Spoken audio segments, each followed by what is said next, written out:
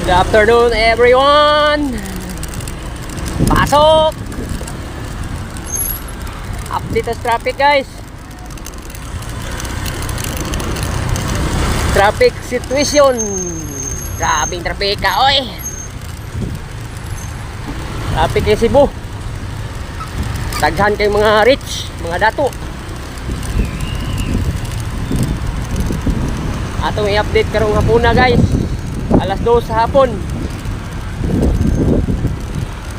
Traffic situation.